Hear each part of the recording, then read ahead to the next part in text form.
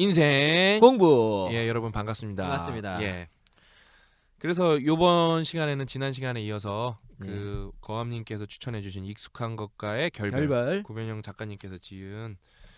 그래서 지난 시간에 사실 제가 이 책을 읽으면서 이제 에피소드 한 편 정도는 이 책으로 참 재밌게 하겠다고 했는데 왜냐면 고 작가님이 뭘 준비해 주는지 전 모르고 오니까 고 작가님도 제가 뭘 준비하는지 그냥 서로 이 책 읽고 만나자 그래. 예. 그러니까 뭐 말씀하신 거 대놓고 얘기한 거니까 예. 준비한 거가 전혀 다르게 흘러가고 있어요. 예, 너무 이게 재밌게 흘러가고 있어서 결국에는 이게 그냥 이 조직 개혁에 관한 책이지만 근데 결국에는 이 조직이라는 게 개인으로 구성되어 있고 개인이 바뀌지 않으면 조직이 바뀌지 않고 또 저희가 개인으로 재해석을 하면은 또 재밌는 얘기가 나오니까. 게다가 또 오늘 우리 청취자분들 대부분은 뭐 조직 변화보다는 개인에 대한 게 훨씬 중요하고 또 그런 초점이기 때문에 또 이게 책으로 해석이 있기보다는 인생 공부에 다루는 게 낫다고 이제 판단 들어가지고 신 박사님과 저가 이제 여기서 이제 하고 있는 거니까. 그래서 이제 또 다시 책 속으로 들어가 보면은 이제 항상 변화를 하려 그러면 저항이 발생하잖아요. 그래서 이제 그 조직 저항에 대한 5가지 얼굴이라는 챕터가 있어요. 예, 여기 재밌더라고요. 저희 이거 저도 별표 찾았어요. 예, 아니 왜냐면은 이게 조직 얘기를 하는데 개인하고 똑같이 맞아떨어져요. 맞아요. 진짜. 예. 그래서 그 저항의 첫 번째 얼굴이 순진무구형. 뭐 지금이 어때서 왜 조직을 바꾸려 그러지? 근데 이게 개인도 똑같아요. 진짜 제가 볼 때 제가 항상 강연에 가면은 많은 친구들이 이제 좋아도 하지만 이제 소수의 친구는 싫어하는 사람도 저리 있단 말이에요. 왜? 워낙 세게 해서 말해서 그러거든요. 강하게 말씀하실 편이니까. 진짜 저는 어차피 제가 무슨 공중파를 타는 방송인도 아니고 저는 거의 준 욕설까지 섞어가면서 말하기 때문에 왜 이렇게 특히 AS 모임이나 오프라인에 모여서 욕설을 하면서 해요. 왜냐면 내가 못 들은 욕설 엄청 하겠구만. 그래서 왜냐면은 안 그러면 안 바뀌니까. 안 바뀌니까 어쩔 수가 없단 말이에요. 또 임팩트 있게 얘기하려면 그다음 제가 비유하는 게 그거예요. 지금 얘네들이 심장이 멈췄는데 거기다 대고 그냥 CPR 인공호흡으로는 어림도 없단 말이에요. 그렇죠. 심장 세동기 갖고 와야 된단 말이에요. 그래서 빡 진짜 임팩트 있게 줘야 심장이 벌컥 떼켜말한데 거기다 대고 지금 기절하는 사람한테 뺨치면서 일어나 보세요. 안 일어난단 말이에요. 그냥 그래서 세게 하는데 진짜 이 순진무구형이 되게 많아요. 특히 이제 뭐 대학원 강연 같은 데 가서도 보면은 솔직히 그 피드백 들으면은 제가 너무 안타까운 경우가 많은 게 이미 뭐 박사 하면서도 아직도 어떻게 공부해야 될지 모르는 친구들이 너무 많아요. 근데 이제 그런 건 정신 차리면 제대로 할 수 있는데 제가 진짜 극소수를 만나봤을 때 이 정도인데 아무것도 모르고 사는 친구들이 진짜 널렸단 말이에요. 이거는 뭐 왜 제가 확실히 아냐면은 뭐 미국에서도 정신 나가서 진짜 막 애들 안 가르치는 교수들도 많고 뭐 미국뿐만 아니라 뭐 전 세계적으로 노는 애들 되게 많아요. 대학원에서. 제가 그래서 이거를 뭐 미국, 한국, 싱가포르 다 겪어봤기 때문에 잘 알거든요. 솔직히 어디 가나 똑같은 얘기. 컨스탄트 상수예요. 이거는. 그래서 그런 친구들이 되게 순진무구하게 자기가 뭐 내가 리서치 잘못하고 있나? 연구 잘못하고 있나? 그렇게 생각하는 친구가 되게 많아요. 이거 제가 이거 보면서 이게 되게 놀랐어요. 이게 순진무구형. 그래서 정말로 이 사람들은 보통 이렇게 조직에서도 이게 우리 조직이 뭐가 문제가 있는데 그게 제일 문제인 거죠. 솔직히 문제가 뭐가 문제인지 모르기 때문에. 저항의 이제 두 번째 얼굴이 내일부터 해도 늦지 않다. 아주 뭐 전형적이죠. 그렇죠. 조직뿐만 아니라 바로 또 개인한테도 적용이 되잖아요. 그래 오늘까지만 놀고 내일부터 하자. 그렇죠. 그래서 제가 강연 가서 항상 하는 말이 그거예요. 제가 토요일 날 항상 강연을 하는데 여러분 2시에서 4시 5시까지 하거든요.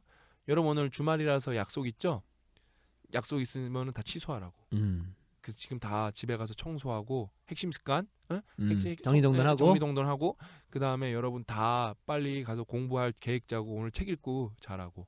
그럼 실제로 한 10명 이상 정도는 약속 취소했다고 댓글도 쓰고 그래요. 이제 그런 친구들이 있어요. 그래도 인간관계가 있는데 약속을 취소하면 되냐.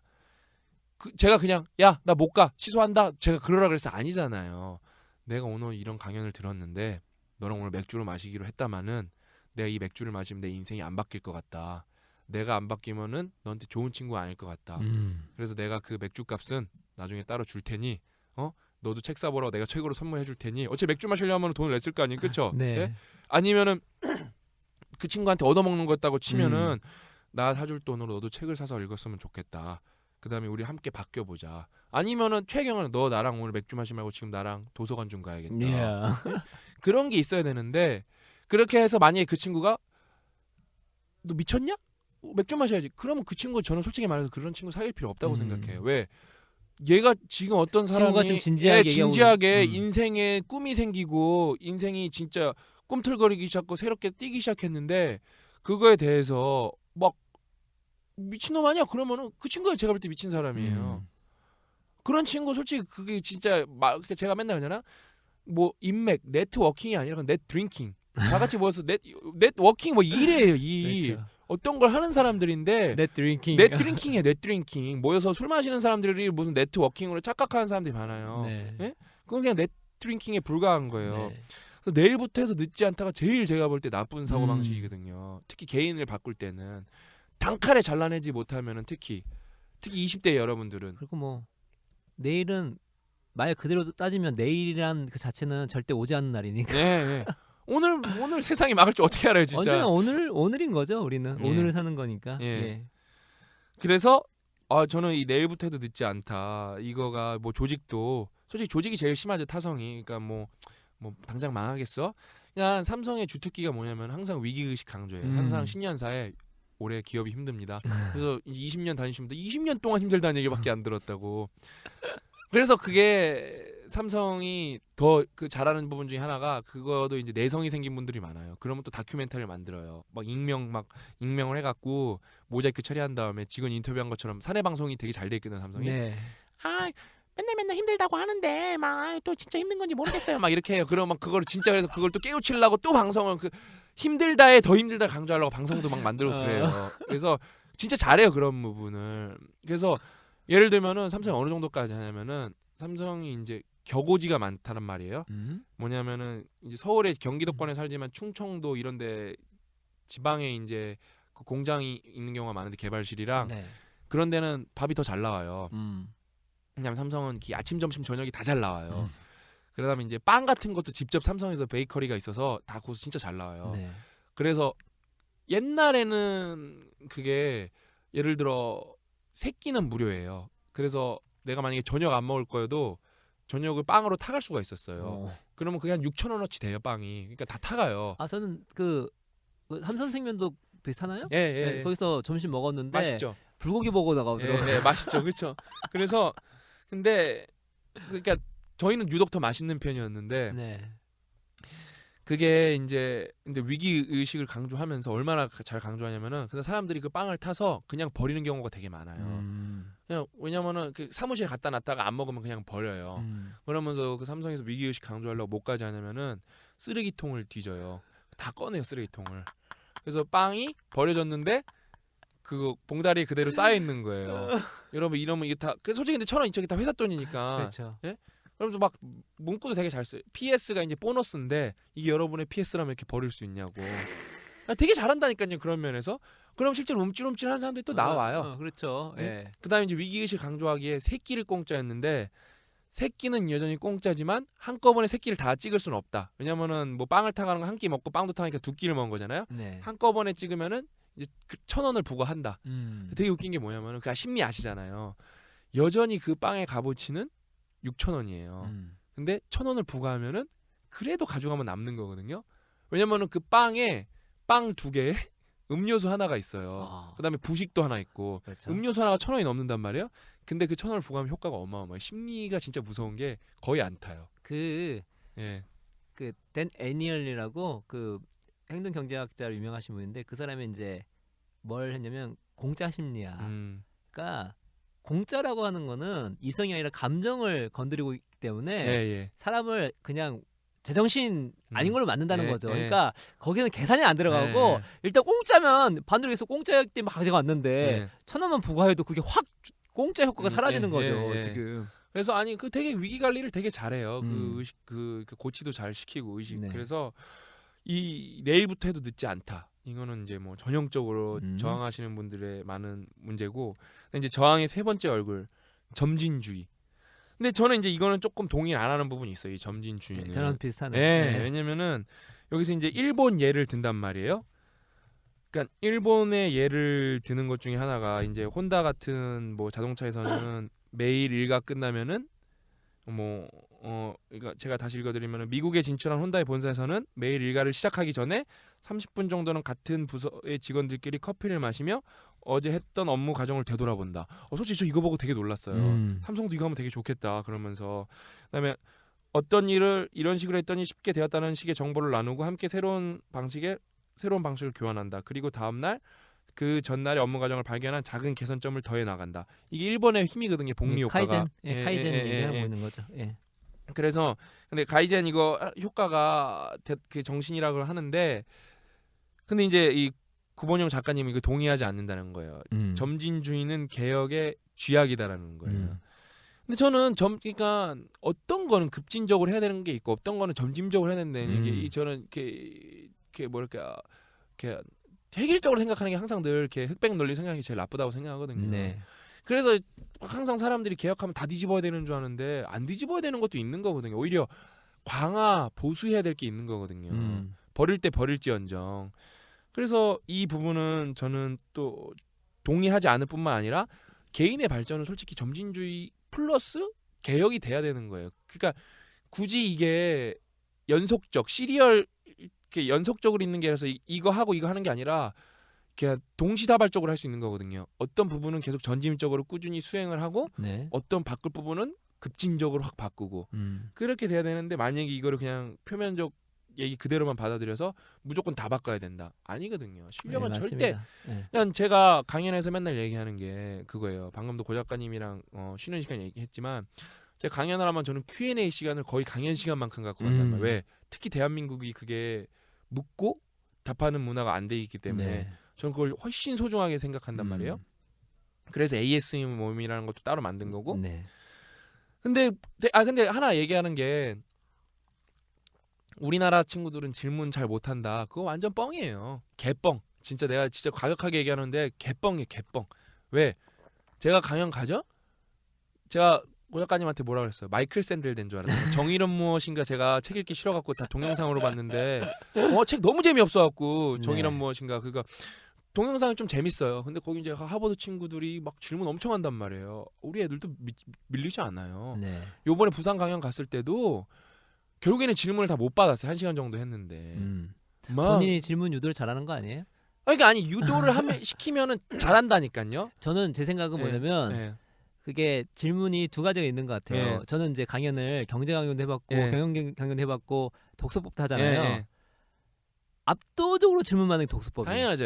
그게 뭐냐면 일단 사람들이 아는 만큼 얘기를 하고요. 두 번째로는 자기가 모르는 거에 대해서 크게 데미지를 안 맞는 것들 있잖아요. 그러니까 완전 지식적인 거는 오히려 못해요. 왜냐면 나 모른다고 어떻게 볼 건데 방법적인 거는 물어볼 수 있죠. 그렇지, 잘 물어보는 생각이 들어요. 대신 어떤 지식적인 게 좀 들어갔다. 그럼 약간 뭐랄까 이렇게 그 자아의 위협을 느끼면서 못한다는 생각이 드는데 했던 것처럼 어떤 방법론이랄지 이런 것들은 되게 적극적으로 질문하고 하는 것 같아요. 아주 좋은 포인트신 게 솔직히 이제 지식이 들어가면 어렵죠. 네. 왜? 뭐 그거는 이제 내공이 없으면 절대 물어볼 수도 없고 저쪽에서 설명해서 알아들을 수도 없고. 네. 근데 진짜 문제가 뭐냐면은 그 질문하는 습관이 들어야 되거든요. 일단은 쉬운 것도 질문을 안 해버릇하니까 어려운 거는 더 할 수가 없거든요. 결국에는. 근데 이제 문제가 뭐였냐면은 제가 이제 강연을 한 지 1년이 됐는데 맨 처음에 강연을 했을 때는 장난 아니에요. 횡설수설이 진짜 심했어요. 친구들이. 그 듣는 사람들도 무슨 소리 하는지 그 같이 청자들도 같이 모르고 이제 그 강연을 중간하실 때 보면 질문이 이게 너무 수준이 너무 떨어진다고 그랬었어요.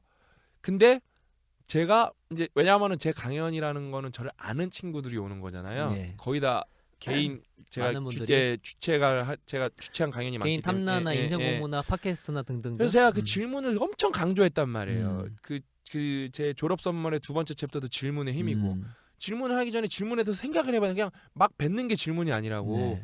근데 이게 진짜 1년 지나서 그 교육의 효과인지 모르겠는데 횡설수설하는 질문이 거의 멸종했어요. 되게 질문하면은 필요한 것들이라서 이 친구가 질문을 하면은 딴 친구도 저 내가 하려는 질문이었는데 유익이 있다. 장난 아니에요. 그래서 이게 수준이 왜 이렇게 올라갔지? 되게 고차원적인 질문도 이제 되게 많아졌어요. 되게 과격하게 전문 용어로 해서 개 뿌듯하더라고요. 진짜 너무 뿌듯하더라고요. 진짜. 네, 맞아요. 네. 이게 너무 행복하고 그런데 이게 아무튼 이게 그 강연 제가 뭔 얘기하다가 점진주의. 예. 그래서 항상 그 질문에 물어보는 게 확 바꾸려는 친구들이 뭐 인생을 어떻게 하면 확 바꿀 수 있냐고 물어보는데 그런 거 없어요. 일단은 차분하게 내가 뭘 잘하는지 좀 파악을 해야 돼. 그러니까 내가 무엇을 하고 싶냐를 찾기 전에 멀리 있는 걸 보기 전에 가까이 있는 걸 봐야 돼. 내가 누구고 내가 그나마 예를 들어 요리를 할 거면은 내가 설거지를 잘하는 사람인지 아니면 내가 썰기를 잘하는지 아니면 내가 맛을 잘 보는지 그중에 제일 잘하는 게 있을 거 아니에요. 아니면 내가 뭐 맛있게 잘 먹다는지 아니면 먹방을 하면 되니까 그러니까 그중에 다 똑같을 수는 없단 말이에요. 분명히. 그럼 써보는 거. 나는 그나마 이걸 잘한다. 그럼 이제 그거를 다듬어 나가는 거예요. 생뚱맞게. 아니면은 나는 이거를 아직은 잘 못하지만 더 잘하는 게 있지만 이거에 대한 욕망이 너무 심해서 이거를 더 빨리 성장시킬 수 있는 자신이 있다. 이런 게 서야 되는데 막연하게 저한테 와서 그런 말이 너무 많아요. 이제 알파고도 나오고 이제 산업이 쇠퇴하고 노령화 사회가 다가오고 하는데 제가 뭘 하면 좋을까? 모르죠 저도. 그러니까 이게 근데 제 구본영 선생님 책 진짜 잘 잡은 게 뭐냐면 구본영 선생님이 2007년부터 나라 망한다 그러셨어요. 근데 지금 2016년 9년이 지났는데도 별로 생각보다 망한 게 없어요. 네. 뭐 빈부격차는 조금 더 벌어졌어요. 우리나라 같은 경우는 중산층이 조금 더 없어졌죠. 그거는 뭐 이제 정치적인 문제라 쳐도 여러분 뭐 산업이 뭐 완전 다 뒤집어지고 그런 게 별로 생각보다 없어요. 네. 근데 이제 그게 점진적으로 바뀌겠죠. 네. 예를 들어 단순 매표소 같은 건 점점 더 없어질 거고 ATM도 점점 예를 들어 스마트폰으로 대체가 될 거고 그렇게 스마트폰 프로그램은 대체가 돼서 ATM도 요즘에 점점 사용 빈도수가 줄어들고 있거든요. 그래서 은행 창구 같은 건 점점 없어질 거고 그런 건 고민해 봐야 될 문제가 맞죠. 근데 그런 건 맞다고 쳐도 그런 건 되게 아직 극소수에 불과하고 여러분은 여전히 뭘 잘해야 되냐? 공부 열심히 하고 책 보면 서평 똑바로 써보고 그다음에 논리적 전개를 해보고 영어 단어 열심히 해오고 영어로 된 자료들도 많이 읽어보고 그다음에 뭐 그걸 한글로 번역도 해보고 그렇게 여러분이 점진적으로 꾸준히 해야 될 것들은 여전히 유효하고 존재하는데 맨날 와서 저한테 하는 게 급진 개혁을 원하시는 거죠. 그런 게 없어요, 여러분. 그러니까 저는 여기서 예. 그거 같아요. 그러니까 프로세스를 강조를 하시잖아요. 예. 근데 프로세스를 뭐 만약에 바꾼 거, 그러니까 프로세스의 어떤 기획 같은 경우는 뭐 당연히 뭐 이렇게 급진적일 수 있겠지만 결국 무언가를 실현해 나간다는 거는 점진적일 수밖에 없잖아요. 그리고 진정한 그렇죠. 개혁이 뭘까라고 했을 때는 다짐이 개혁이 아니거든요. 계획이 개혁이 아니에요. 실행이거든요. 실행이죠. 실행해서 그걸 완성시키는 게 개혁이거든요. 그러면 그게 점진적인 거죠. 그러니까 중간에 이제 뭐 이렇게 점진주의와 이런 방식을 하면 점진주의가 꼭 저건 아니다가 했지만 전체 뉘앙스를 봤을 때에는 아주 정리 칼같이 잘해주신 것 같아요. 뉘앙스를 봤을 때에는 그렇죠. 우리는 개혁을 완성은 다 점진적으로 할 수밖에 없어요. 특히나 개인은 완벽하게 점진적이지 않는 것이 없을 정도니까. 그래서 좀 이렇게 구분하면 될 것 같아요. 저는 고약가님 이래서 너무 좋은 것 같아요. 제가 또 정리 다시 한번 해드리면 너무 또 애정 표현하지 마. 그러니까 왜냐면은 봐보세요. 그러니까 그 개혁과 실행을 이제 분리해서 사고해야 되는데, 그러니까 어떤 건 점진적으로 해야 되냐? 다짐은 칼같이 빨리 하고 실천도, 그러니까 그 첫 스타트도 칼같이 하되 실행을 했으면은 꾸준히 해야 된다. 그러니까 처음에는 이렇게 시동 부릉 건 다음에 이제 계속 부릉부릉부릉 할 수는 없잖아요. 그렇지 한번 부릉 걸었으면은 이제 쭉 이제 계속 가는 거죠. 그러니까 그 스타트 포인트는 빨리 하되 실천은 단단하게 꾸준히 하는 게 맞다. 그리고 말씀하신 것처럼 본인을 파악하라 했잖아요. 그러니까 이제 여기서도 나오는 게 개선에 대해서 얘기를 하면서도 이건 이제 개혁과의 어떤 적이 될 수 있다. 카이젠 얘기 나오면서. 근데 만약에 내가 살펴봤더니 내가 좀 잘 가고 있어. 나름대로. 근데 제대로 못할 뿐이에요. 그런 사람은 개선이 필요한 거죠. 그대로 그냥 가면 되는 거잖아요. 내가 이거 하고 있는데 이게 내가 맞고 이걸 내가 더 잘해야 되겠다. 할 경우에는 자기 하는 일을 개선하는 거죠. 이걸 바꾸는 건 아니니까. 그러니까 자기가 나갈 방향에 따라서 어떤 것도 처음에 시작할 때도 개선이 있을 수 있고 또 개혁이 있을 수 있다는 생각이 들기도 합니다. 그래서 개인 파악하는 게 중요한 것 같아요. 근데 파악 나온 김에 저희 20, 30대 이제 구독자, 이제 청취자 여러분들을 위해 제가 조금 더 깊게 파고 들어가 보면은 저는 질문을 진짜 많이 받잖아요. 그냥 막 저한테 눈물 표시 보내면서 저 꼭 바뀌고 싶습니다. 그렇게 막 하소연하는 친구들이 많아요. 근데 여러분 절대 그러니까 뭘 해야 될까요? 물어보는 친구들이 많아요. 여러분 저는 모릅니다. 저는 여러분이 누군지도 잘 모르고 제가 그러니까 질문에서 좋은 답을 받는 요령을 알려드릴게요. 왜냐하면 이제 이거를 이제 계기로 제가 말씀드리는 건데 바뀌고 싶은 친구들이 많죠. 그러려면은 그러니까 다시 강조하는 건데 저한테 옵션을 줘야 돼요. 자기가 이런 걸 잘하고 이런 계획이랑 이런 계획 이런 게 있는데 이게 맞을까요가 이러면은 제가 생각을 해볼 수가 있죠. 이게 그나마 상대적으로 제일 나은 것 같다. 내가 객관적으로 봤을 때. 그 다음에 셋 다 터무니 없으면은 조금 더 생각해보는 게 어떠냐. 이렇게 여러분 좋은 답을 데릴 수가 있는데 저는 뭐 20대 누구입니다. 저는 여러분 선생님 저는 뭐 너무 힘듭니다. 무엇을 하면 좋을까? 이런 질문 되게 50% 이상이거든요. 되게 미안하지만 어떻게 대답을 해줄 수가 없어. 거기다 제가 맨날 강연 가서 말하는 게 그런 거 대답해주는 사람도 미친놈이에요. 아니 그 사람한테 뭘 한다고 대답을 해줘요. 왜냐면은 우리가 진찰을 해야 처방을 할 거 아니에요. 근데 제가 여러분을 뭐 청진기를 대볼 수가 없잖아요. 그럼 여러분이 나한테 그 병명에 대해서 최대한 깊게 서술하는 방법밖에 없어요. 근데 그런 것도 없이 그러니까 그 다음에 그런 것도 있어요. 이런 얘기를 하면은 자기 사정에 대해서 계속 설명을 하고 어떻게 하면 좋을까요? 그것도 잘못된 거예요. 자기 문제를 서술을 했으면은 자기가 생각해봐야 될 거 아니에요. 자기가 예를 들어 뭐가 나약하고 하면은 뭐 이런 거 해보는 게 좋을까요? 아니면은 뭐 학원을 다녀볼까요? 이렇게라도 말을 해야 되는데 자기 이제 사정 설명했으니까 답은 너가 내라는 거. 그런 친구는 뭘 해도 안 돼요 결국에는. 그런 친구가 안타깝지만 50%가 넘어요. 그러니까 제가 진짜 1초가 아깝거든요. 1초가. 왜 그러냐면은 한 사람이라도 더 구제해주고 싶은데 제가 시간이 너무 없어요. 그런 친구들 질문 대답해 주려다 보면은 진짜 대답해 줘야 될 친구들 대답을 못 해준 경우가 되게 많아요. 그냥 제가 만약에 여러분한테 대답을 근데 제가 하나 놀라운 게 뭐냐면은 그러니까 좀 제가 평소에 괜찮다고 생각했던 친구들이 가끔 저한테 질문을 다시 해오는 경우가 있어요. 근데 괜찮다고 생각한 친구들이 그러다가 이제 또 막연하게 질문을 하는 거예요. 근데 그래서 제가 대답 안 해주죠. 제가 생각하니까 질문이 틀렸다고. 되게 구체적으로 다시 질문을 물어봐요. 확실히 제가 좀 괜찮다고 생각한 친구들은 이제 제가 그 몇천 명 이상 그러니까 좀 이게 임계점을 넘겨 보니까 확실해요 이게 조금. 그래서 제가 볼 때 카이젠을 하네요. 진짜 카이젠 한 거예요. 저야말로 좀 점진적으로. 근데 저는 점진적으로 많이 빨리 했죠. 제가 옛날에 진짜 충격적이었던 게 고 작가님이랑 그 메신저로 채팅을 하고 있는데 전 컴퓨터 고장난 줄 알았다니까요. 동시에 세 분인가 네 분이 동시에 똑같은 시간에 그 같은 초에 물어봤어요. 그래서 빠바바박 이렇게 떴어요 이게 그 메신저. 그래서 뭔가 고장난 줄 알았다니까요. 그렇게 질문이 많이 할 땐 진짜 그렇게 많이 들어와요. 근데 제가 그러니까 조금 확신하는 거는 이렇게 3,000명을 해봤잖아요. 여러분 다 잘할 수 있어요 솔직히. 조금만 가이드를 제대로 받고 이 방송도 열심히 듣고 책도 읽고 고 작가님 책도 열심히 읽고 제 책도 읽고 추천책도 많이 읽고 읽으면서 조금만 여러분이 능동적으로 사고하면은 그 다음에 조금만 뭔가를 꾸준히 해보면은 답이 맞든 틀리든 중요치 않아요. 왜냐면 경험이 중요하기 때문에 일단은 좀 꾸준히 해보면은 그 다음에 그러니까 방향을 잃지 않게 올바른 가이드 좀 조언서들을 많이 읽어본 다음에 해보면 여러분 누구나 지금 제가 좀 자달할 수 있는 확신이 있거든요.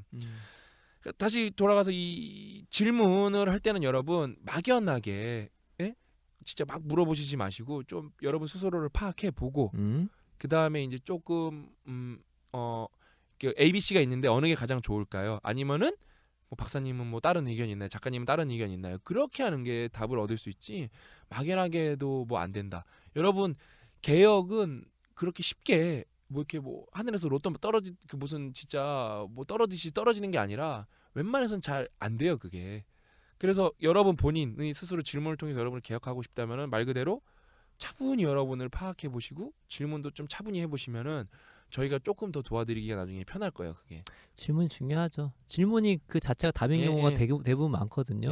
어떻게 질문하냐에 따라서 다 달라지는 거니까 그거는 단순히 내가 원하는 걸 얻는 것뿐만 아니라 다른 사고를 할 때도 다 질문으로 들어가는 거예요. 그렇죠. 왜 그런가, 어떻게 해야 되는가 이렇게 하면 시작하는 거니까.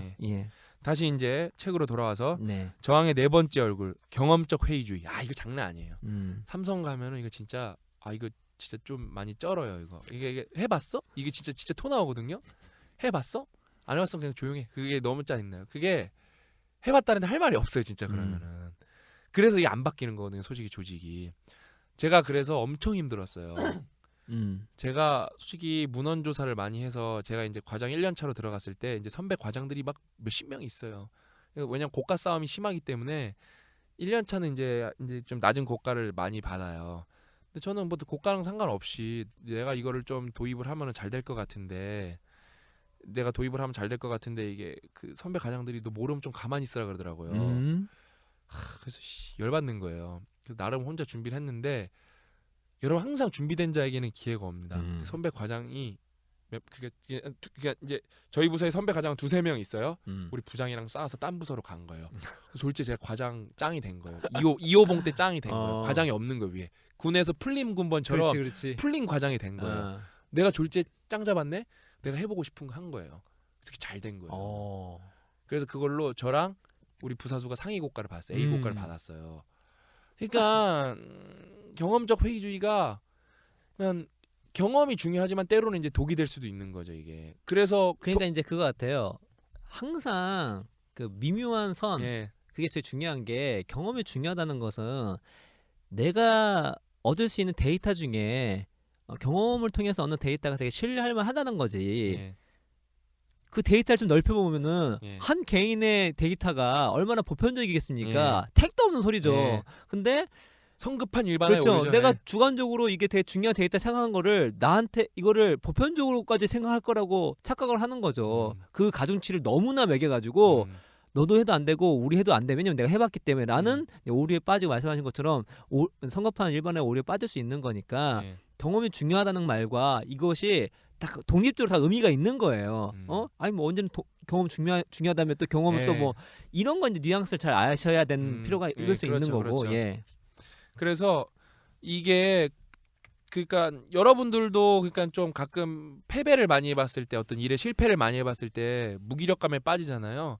그것도 제가 볼 때 스스로 이겨내는 것도 되게 중요해요. 그러니까 정말로 제가 그 어떤 야구 선수인데 까먹었는데 그 명언한 사람 감독인가 야구 선수인데 프로 야구에서 가장 중요한 거는 잊어버리는 능력이다. 그게 진짜 그러니까 제가 진짜 감동 깊게 들은 말이거든요. 왜 그 삼진 당한 거 병살타 당한 거 연연하면은 다음에 또 칠 수가 없잖아요. 그렇죠. 그러니까 이 경험적 이 회의주의가 가끔은 때로는 그러니까 뭐 내가 이렇게 과거에 이런 나쁜 경험이 있어갖고 안 될 거야 그런 것도 있을 수가 있단 말이에요. 그때는 솔직히 있는 것도 되게 중요한 것 같아요. 특히 개인 조직 말고 개인은 내가 옛날에 이런 거 나쁜 경험이 있어서 또 한번 실패하면 어쩌지 불안한데 그것도 제가 볼 때 이겨내는 것도 20대 30대 때 계속 꾸준히 연습을 해야 할 것 같아요. 왜냐면 저도 실패한 게 많고 사고 친 게 많아서 맨날 수시로 그게 떠오르거든요. 그게. 근데 그거를 잘 떨쳐내는 것도 되게 좀 중요한 능력인 것 같아요. 뭐 잘하는 것도 중요하지만 네. 왜냐면 저는 크게 사고 친 게 많고 크게 실패한 게 많아갖고 수시로 떠올라요 그런 게. 그러니까 그런 말을 되게 좋아하더라고요. 저는 왜냐면 이걸 듣고 페북으로 계속 친구들이랑 소통을 하잖아요. 네. 이메일도 많이 받고.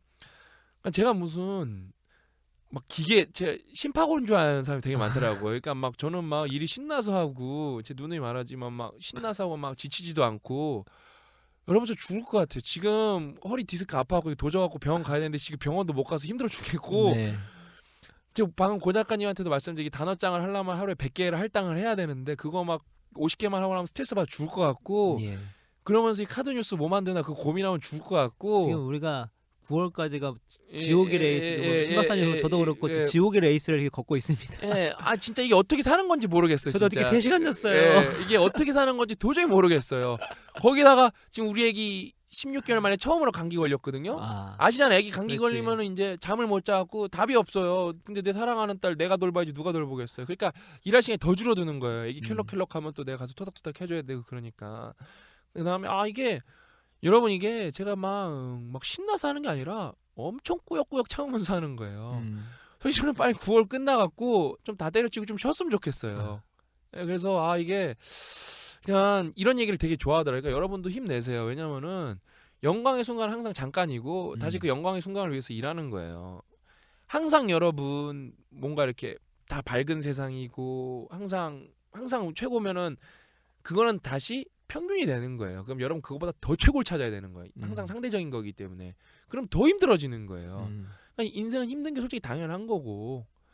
그러니까 진짜 그거를 진짜 여러분 제가 항상 위로의 말이 이게 될지 모르겠지만 저도 뒤지기 힘듭니다. 고영선 작가님도 뒤지기 힘들고 고영선 작가님은 이제 막 눈이 퀭해서 올 때도 많아요, 진짜. 이미 나 오늘 퀭해 지금. 1부 나 느낀 게 1부 때 여러분 죄송해요. 1부 때는 보니까 내가 말을 많이 했는데 벌써 2부 때는 제가 계속 듣고만 있어. 아니 그게 아니라 요즘에 맨날 느끼는 건데 2부만 되면은 말이 급속도로 줄어지고 왜냐 일단 눈이 퀭해 있거든요. 이게 근데 여러분 다 힘든 거예요. 둘째가 어려가지고 저도 둘째 그 와이프 도와주느라 힘듭니다. 결이도 파이팅이 또 있으니까 결이도 또 놀아줘야 되고 그렇죠. 우리 결이는 뭐 딸이지만 막 에너지가 워낙 넘치는 에너지적이기 때문에 더 넘치기 때문에 그러니까 진짜 여러분 이게 갑자기 이제 아까 무슨 얘기하다 이걸 빠졌는지 그건 모르겠지만, 있는 것 같아요. 대신 그 신 박사님들 일하시고 하면서 내가 좀 느끼는 건데 요즘에 제가 그 칙센트 미아이의 몰입이라는 몰입.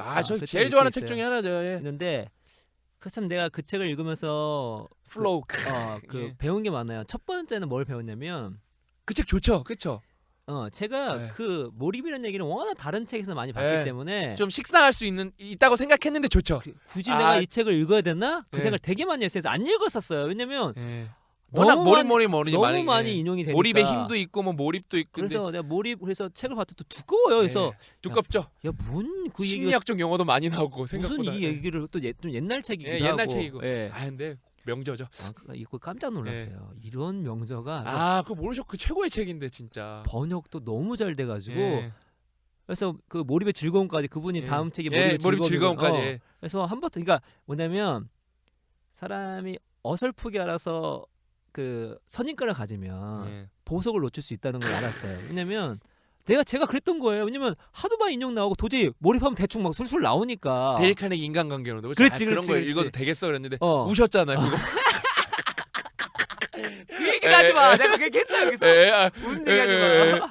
운 얘기하지 말고 아무튼 어디 무슨 얘기하다 그랬지. 아무튼 그래서 그걸 먼저 알았고 두 번째는 이제 오늘 그 얘기인데 힘든 거 그러니까 힘들잖아요. 힘들지만 이 몰입이라는 것이 이제 어떤 그 할 때 행복감 또 다른 어떤 일의 즐거움이 있는 건데 그것이 이 몸이 고되지 않거나 뭐 완벽하게 그거에 뭐 진짜 해볼래가 좋아 이런 게 아니거든요.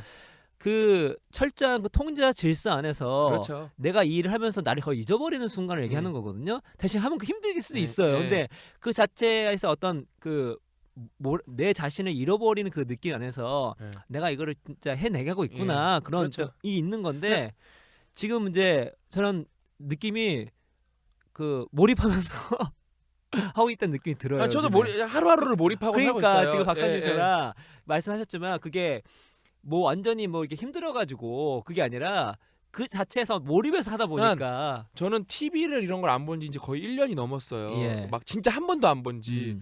근데 어떻게 내가 그렇게 살 수 있지? 저도 이해가 안 돼요. 되게 TV 좋아하시고 엄청 좋아요. 저도 진짜 TV 안 보는 편인데 저보다 훨씬 모르시다고요. 진짜 무한도전 이런 거 엄청 사랑하고 그러는데 너무 답답하고 그러는데 근데 이게 1년 동안 안 봐야지가 아니었어요. 하다 보니까 그렇게 된 거예요. 시간도 없고.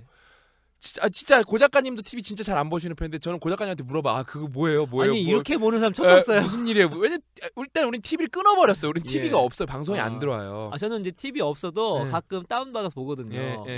그래서 TV나 이런 데에서 이게 참 여러분들이 그다음에 고 작가님 몰입 얘기해서 이게 또 좋은 얘기인데 이게 이제 얘기 확장되는 건데 사람들이 이렇게 몰입하면은 막 행복한 감정 그게 아니라 몰입의 정확한 감정 아무 감정도 이제 느끼지 않는 거죠. 그렇죠?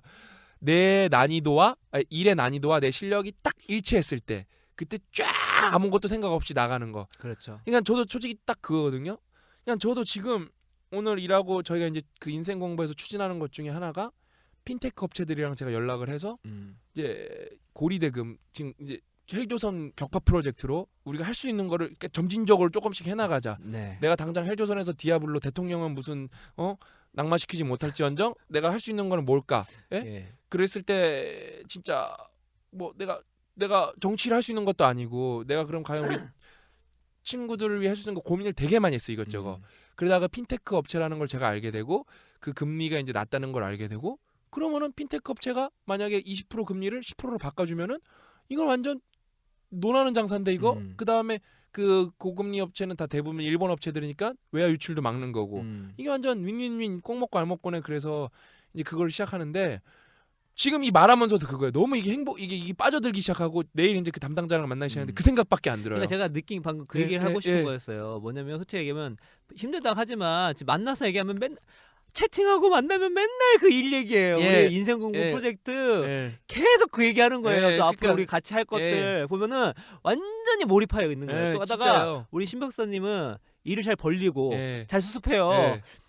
뭐 이렇게 많이 일을 벌리는지 그거 또 갖고 와요. 빨리빨리 하죠 일을 진짜. 갖고 왔는데 이미 흥분된 상태야. 막 얘기하면서 막 얘기하고 있다. 오 좋다 어떻게 실행할까. 이제 이렇게 보니까 그게 어떤 이 몰입 상태에서 쭉 오고 있는 것 같아. 그러니까 힘들더라도 우리가 이게 하고 올 수 있는 거는 이 자체가 과정 속에서 몰입이 있으니까 이것이 주는 궁극적인 결말도 중요하죠. 하지만 그걸 하는 과정 속에서 뭔가 뿌듯함을 느끼고 있으니까 그래서 그 와중에서 하고 있는 것 같습니다. 그래서 이제 다시 책으로 돌아가서 이제 마지막 저항의 5번째 얼굴.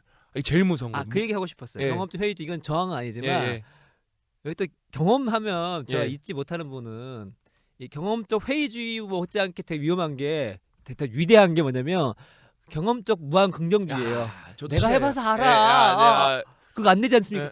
야 내가 해봐서 알아. 하면 돼. 우리 MB님께서 자자하시는. 그러니까 그것도 내가 그거 해봤어. 그러니까 근거 없는 긍정은 좀 피해야죠. 그것도 그렇죠. 근데 이제 5번째가 무저항인데. 아니 무서워요. 그러니까 이것도 저것도 아니고 그냥 뭐 될 대로 되라지 뭐 이제 이런 분들이 있는 조직이. 그러니까 뭐 겉으로는 그래 했지만 실질적으로 도와주지도 않고. 진짜 이게 엄청 무섭죠. 이 조직에도 많고 특히 여러분이 이제 힘든 게 큰 조직이면 큰 조직에서 모멘텀이 크기 때문에 이제 프리라이더 무임승차하신 분들이 많거든요. 그렇죠.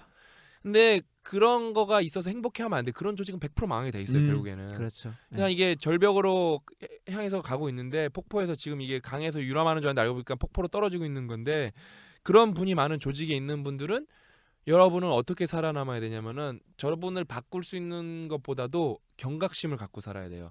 이 조직은 언제든지 망할 수 있다. 그렇죠. 왜? 이미 그런 분들이 있으면 썩은 조직이거든요. 그런 조직이 영원히 잘 될 리가 없거든요. 왜냐하면 결국에는 여러분 회사에서 원가에서 가장 많이 들어가는 게 인건비예요. 근데 그분들이 아무것도 안 하면서 프리라이딩을 하고 있으니까 그래서 삼성이 이게 여기 나오지만 이 다운사이징 그러니까 결국에는 구조조정을 할 때 사람을 칼같이 쳐낸단 말이에요. 아주 무자비하게. 그냥 그래서 여태까지 살아남은 거예요, 솔직히. 그래서 솔직히 제가 이 저항의 이제 5가지를 보면서 마지막에 좀 이제 제네럴 일렉트로닉스 미국에 좋은 좀 사례가 나오는데 이게 좀 이재용 부회장님도 들으셨으면 좋겠어요. 항상 일부에서도 강조했는데 이거 적용해 보면 좀 좋을 것 같아요. 제가 대기업에 있어 보니까. 그러니까 근데 이거 좀 이게 시사점이 많은 에피소드 이거 한번 얘기해 보면은 GE가 원래는 가전제품 회사였단 말이에요. 근데 이제 싹 다 팔아버렸잖아. 가전제품도 안 하고 이제 군수업이랑 금융업만 한단 말이에요. 그러니까 GE가 원래 우리나라 그러니까 미국 삼성이죠. 원래 안 하는 게 없었단 말이에요. 근데 이제 살려고 체질 개선하려고 싹 다 팔아버리고 이제 그 재결치 가서 다 개혁을 했는데 개혁을 맨 처음에 해서 성공한 게 아니에요. 여러 번 실패했어요. 근데 이제 그 결국에는 그 임원들이랑 그 매니저들이 바뀌어야 이게 바뀌는 건데 걔네들이 바뀔 생각이 없으니까 제가 읽어드리면 이제 10월에 그 재결치는 GE를 바꿔놓는 그 유명한 워크아웃을 시작했다. 첫 단계는 뉴 잉글랜드 지방의 타운 미팅을 모방한 격이 없는 모임으로부터 시작되었다. 그래서 약 100명 정도의 직원들이 회사를 벗어나 한적한 곳에서 3일에 걸쳐 공통적인 현안을 논의하여 구체적인 해결 방안을 수립하였다. 쉽게 말하면은 사원들 보고 와갖고 이 회사가 왜 썩었냐 말해보라 그런 거예요. 그래서 이제 뭘 고치면 좋게 바뀌겠냐. 그래서 그 안이 나온 거를 이제 상사들 앞에서 발표를 시킨 거예요. 재결치가 있었는지 없었는지 모르겠지만 그래서 그 나온 것들을 바로 결정하게 한 거예요. 이걸 할 건지 안 할 건지, 그다음에 왜 안 할 거면 왜 안 하는지, 그다음에 만약에 고칠 거면 한 달의 시간을 준 거예요. 그렇게 해서 이 중역과 관리자들이 왜냐면 안 움직인단 말이에요. 만약에 안 할 거면 너네도 나가라고. 왜냐면 얘네가 안을 들고 왔는데. 네. 근데 이게 솔직히 되게 괜찮은 거거든요. 실무자들이 문제를 많이 알고 있으니까. 그래서 솔직히 그래서 이런 비슷한 걸 많이 해요. 워크샵이라 그래갖고. 네. 근데 그거를 누가 주도하냐면은 보통 임원이 주도를 해요. 형식적인 게 되게 많아요. 자, 아이디어 회의를 하자 그래놓고 그냥 탁상 공론만 해서 그 아이디어 그냥 꼭 뭐 이렇게 뭐 결론 내갖고 뭐 1, 2, 3 뭐 우리 이걸 하겠습니다 하는데 그거보다도 전적으로 신입 사원한테 말할 수 있는 권한을 줘야 돼. 제가 볼 때. 아니면은 그걸 무슨 익명을 보장을 해갖고 글로 써게 한다거나 뭐 100% 철저하게 익명이 보장이 돼야 돼요. 그 다음에 그거를 임원에서 끝내는 게 아니라 그 이제 사장단에서 이걸 너네 채택 똑바로 안 하면 안 된다. 그냥 좀 이거에서 꼭 20개 30개 너네 채택을 해갖고 진행을 해야 된다. 그렇게 진짜 칼같이 해봐야지 좀 개혁이 일어나는데 거의 그런 게 없거든요. 근데 제가 이거를 하면서 뼈아픈 사실이 하나가 있어요. 아이디어 내라 그러면 낼 수 있을까요? 못 내는 경우가 많아요. 솔직히 미국은 일을 좀 되게 프로페셔널한 경우가 많아요. 그냥 제가 미국에서 제가 이제 인턴을 해보려고 하다 인턴을 결국에는 그 학생 비자여갖고 그때 못했는데 이제 제가 그래도 인터뷰를 많이 했어요. 그래서 인턴에 합격을 몇 군데 했는데 미국에 있을 때 근데 결국에는 그 비자 때문에 못했는데 근데 그래서 그 인터뷰도 해보고 그다음에 이제 미국에서 취업하는 친구들 보면은 우리나라는 이제 공채가 많다 보니까 이제 막 서류 전형도 세고 이제 막 되게 기계적으로 뽑는단 말이에요. 근데 미국은 공채라는 게 없어요. 그래서 일일이 면접을 다 해요. 지원자. 그래서 보통 뭘 하냐? 졸업 작품 갖고 시작을 하는 거예요. 내 졸업 작품은 이거고 뭐고 나는 이렇게 해봤고 나는 여기서 팀에서 무슨 역할을 했고 우리나라들은 이런 걸 안 해본단 말이에요. 그래서 주도적으로 뭘 말을 하면 거의 말할 수 있는 애가 없어요. 불평불만은 솔직히 많지만 막상 솔루션을 대보라 그러면 될 수 있는 사람이 없어요. 그래서 이 모델이 솔직히 좋지만 우리나라에서 이걸 안 하는 이유 왜냐면 이 사례가 이 구본영 씨가 썼으니까 많은 사람이 읽었을 거고 왜 못하는 이유 중에 제가 참 좋지만 못할 수밖에 없는 이유 중에 하나가 솔루션을 대라 그러면 솔루션을 댈 수 있는 친구가 거의 없어요. 결국에는 그래서 뭐다? 공부가 전부라는 거예요. 맞습니다. 학습 능력이 없기 때문에 어떤 불평불만은 많지만 대안이 없다니까요. 다. 저도 그랬어요. 저도 불평불만 많지만 대안이 별로 없었어요. 솔직히 저는 맨날 애들한테 말하는 게 있었어요. 그러니까 뭐 저는 완전히 없지 않았고 내가 만약에 임원이면 난 이렇게 해서 이렇게 했다. 예? 그러니까 그래서 내가 진짜 나한테 내가 저 다 맡겼으면 내가 진짜 양산 성공할 텐데 저 맨날 그랬어요. 분명히 실패했을 수도 있을 거예요. 근데 저는 최소한 뭐는 해보겠다는 생각은 있었어요. 그래서 제가 애들한테도 맨날 말해요. 생각이 있어야 된다고 생각. 너는 어떻게 뭘 할 건데 너는 뭘 생각하는데 저는 좀 되게 좋은 상사긴 했었어요. 그래서 알려주면서도 물어봤어요. 무조건 그냥 최고 나쁜 상사가 무책임한 상사, 두 번째 나쁜 상사가 알려주기만 하는 상사예요. 오히려 세 번째 이제 그러니까 이제 좋은 상사는 알려주면서 물어보는 상사. 저는 이제 최고 좋은 상사였죠. 듣고 보니 예, 제 자랑이죠 뭐. 근데 이게 참 이 에피소드를 보면서 안타까운 경우가 많아요. 우리 20대 30대 여러분들 제가 물어보는 거예요. 만약에 여러분 지금 회사 불평불만 많잖아요. 그럼 여러분 솔루션 될 수 있냐 이거예요. 이 100개 현안을 100명 정도를 모아서 현안을 뽑았다는데 실무자들 여러분 과연 현안을 낼 수 있냐 이거예요. 여기 나중에 이제 1인 기업 뭐 나오고 1인 기업 정신 나오는데 결국 만약에 직장을 나온다 한다면 개인 솔루션이 없으면 살아남을 수가 없거든요. 그러니까 그런 취지에서도 어느 조직에 있다 할지라도 개인이 그런 해결적 솔루션을 갖고 있는 것도 생각하는 게 되게 중요하다는 생각이 듭니다. 그래서 이 저항 편은 넘어가서 뒤에 이제 개혁가 편이 있는데 이 개혁가 편에서 되게 이분이 이제 인문학적 소양이 엄청나시잖아요. 그래서 이 마키아벨리를 자주 인용하시는데 제가 너무 솔직히 좋은 구절이 있어서 한번 읽어드리려고요. 마키아벨리의 이제 군주론에서 그 개혁이 얼마나 어려운 건가. 이제 마키아벨리 군주에서 인용한 건데 새로운 질서를 만들어내는 것만큼 어렵고 힘든 일은 없다. 참으로 성공하기 어렵다. 왜냐하면 현재의 제도와 시스템으로 혜택을 보고 있는 사람이 있기 때문에 이 모든 사람들로부터 엄청난 정을 받을 수밖에 없다. 그러나 한편으로는 개혁을 도와줄 사람들은 새로운 질서가 가져다줄 혜택에 대한 모호한 그림밖에 모르기 때문에 모호한 그림밖에 없다. 그래서 강력한 적은 강력한데 동지는 미온적이래. 미온적 동지. 이것이 바로 혁신이 성공하기 어려운 근본적인 이유다. 제가 이거를 왜 동의하냐면은 저희가 이제 이거 기업과 이런 거에 대해서 얘기하고 있지만 이게 또 다시 개인으로 적용하고 싶은 거거든요.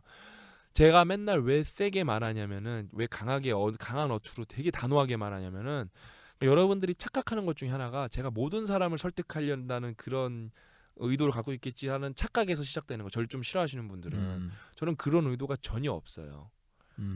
저는 10% 정도 보고 하는 거예요. 바뀔 애들만 바뀌라 이거예요. 근데 왜 안 바뀌냐? 본 적이 없기 때문에 자기가 바뀐 거를.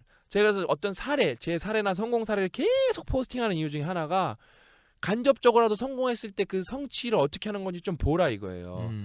이제 조금 제가 왜 그 공유가 많이 되는지 알겠어요. 느낌이 오는 거예요 이제. 진짜 지난번에 놀란 게 어떤 친구의 그 제약회사 나가서 제약 공모전 1등한 친구가 하여튼 그 포스팅은 공유가 60개가 됐어요. 근데 그 누가 뭔 공유했나고 딱 클릭해 보면은 공유된 게 한 개도 안 나. 다 자기 봉유로만. 60개나 공유가 됐는데 아무도 자기만 보겠다는 거예요. 일단 이건 나한테 동기부여가 너무 됐다 이거. MIT 간 친구 얘기했을 때 너무 이게 자기한테 귀감이 된다는 거 얘기가. 그러니까 진짜 이 마키아벨리 말이 맞아요. 장빈빛 미래를 제시하는데 제가 이게 갑자기 떠오르는 게 제가 이수에 사는데 이수 사거리 가면 거기 이제 현수막이 이제 그 정치 현수막 공약이 전쟁터거든요. 거기가 왜 보수당인 새누리당이 1번 당인 새누리당이 민주당과 정의당 이런 당을 이길 수밖에 없냐면은 새누리당 항상 팩트 아니라 숫자를 써요.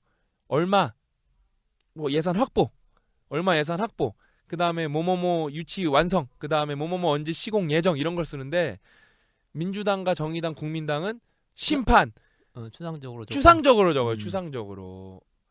그러니까 뭔 일 하는지 모르잖아요. 그러니까 새누리당이 거짓말일 수도 있겠죠. 좀 부풀린 것도 있고 과장도 있고. 근데 이제 좀 많이 바뀌었더라고요. 그게 2, 3년 전만 해도 민주당은 뭐 정권 심판, 뭐 역사를 바꿔야 됩니다. 미래는 우리에게 있습니다. 뭐 말인지 모르잖아요, 그게. 근데 이제 그 민주당도 이제 좀 정신 차렸는지 숫자를 많이 적으시더라고요. 우리도 예산 확보. 근데 아직도 이제 진보당들은 이게 좀 그런 걸 많이 쓰시죠, 이제. 그래서 어떻게 보면은 뭐 그게 전략일 수도 있겠지만 이게 구체적이지 않으면 사람들 솔직히 잘 모르거든요. 뭘 했는지. 747. 예, 747. 그럼 이명박 보세요. 이명박 대통령 보세요. 그러니까 747 하니까 될 것 같잖아요. 예, 막 진짜 4만 불 될 것 같고. 4대강. 4대. 얼마나 대단해요, 진짜. 그렇기 때문에 그러니까 이게 되게 구체적인 게 되게 중요하고 리더십을 발휘할 때도 여러분들이 왜냐면 여러분들이 지금 이제 뭐 주니어지만 사원이고 대리분들이 많지만 특히 과장 이제 넘어가고 관리직으로 넘어가면은 애매하게 열심히 하자가 아니라 우리 이거 이런 방향으로 열심히 이렇게 해보자. 그다음에 이거 언제까지 달성하고 이걸 하기 위해서는 이렇게 해보자. 만약에 이거 안 되면 이걸 내가 준비를 해놓을게. 이런 식으로 좀 구체적이면은 훨씬 그 진짜 같이 가는 팀원들이 잘 따라오거든요. 근데 뭐 맨날 뭐 화이팅 열심히 해 그런 걸로 뭐 되겠어요? 그러니까 저도 그래서 제 멘토링도 코칭도 똑같고 멘토링도 똑같고 최대한 구체적이고 그러면서도 좀 직설적이고 좀 세게 왜? 그러면은 제가 이미 벌써 많이 경험했거든요. 어저께도 제가 AS 모임에서 좀 포스팅 하나 올려드렸거든요. 어저께가 아니고 이제 이 방송이 나갈 때면은 한 10일 전 2주 전 얘기겠죠? 네. AS 모임에 나왔을 때 한 친구가 되게 의지가 넘치는 친구가 있어요. 승태라고. 이 친구 원래 연극을 하던 친구인데 연극 포기하다가 이제 공부로 넘어온 거예요.